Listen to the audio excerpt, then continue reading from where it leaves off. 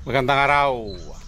So, nandito tayo ngayon sa aking garden para i-trim yung mga sanga. Okay? Yan, katulad yan. Oh, sobrang taas na. Okay? Para lumakas sa parting baba. Yan. Okay, i-trim natin ito dahil wala na sa ayos yung kanyang itsura.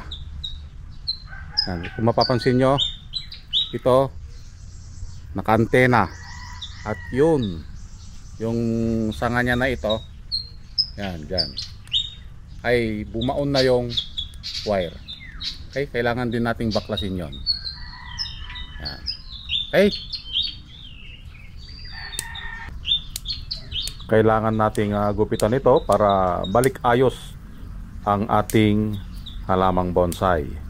So kapag ito ay napabayaan, maaaring masira or ma-deform yung kanyang forma dahil ang part ng taas ng ating bonsai ito ay buo na. So iniiwasan natin dito yung lumaki pa yung mga sanga sa parting taas dahil hindi masira yung kanyang pagka-tapered ng sanga. So kailangan bantayan din natin para maiwasan yung ganong pangyayari.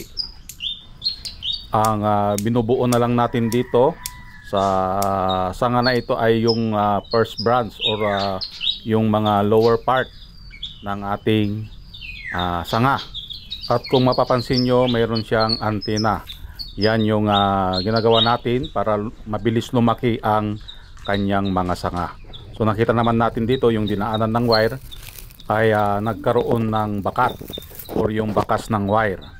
So sa madaling salita, dahil dun sa antena lumaki ang ating sanga. So ganun lang ang ating gagawin kapag gusto nating magpahabol sa lower part, dahil ang pinaka mahina sa ating bonsai ay yung lower part na sanga. At ito na yung kanyang itsura after natin magupitan. Hindi natin nagupitan sa lower part dahil pinapalaki pa natin ito. Yung taas halos buo na. So yun lang, maraming salamat. Happy bonsai.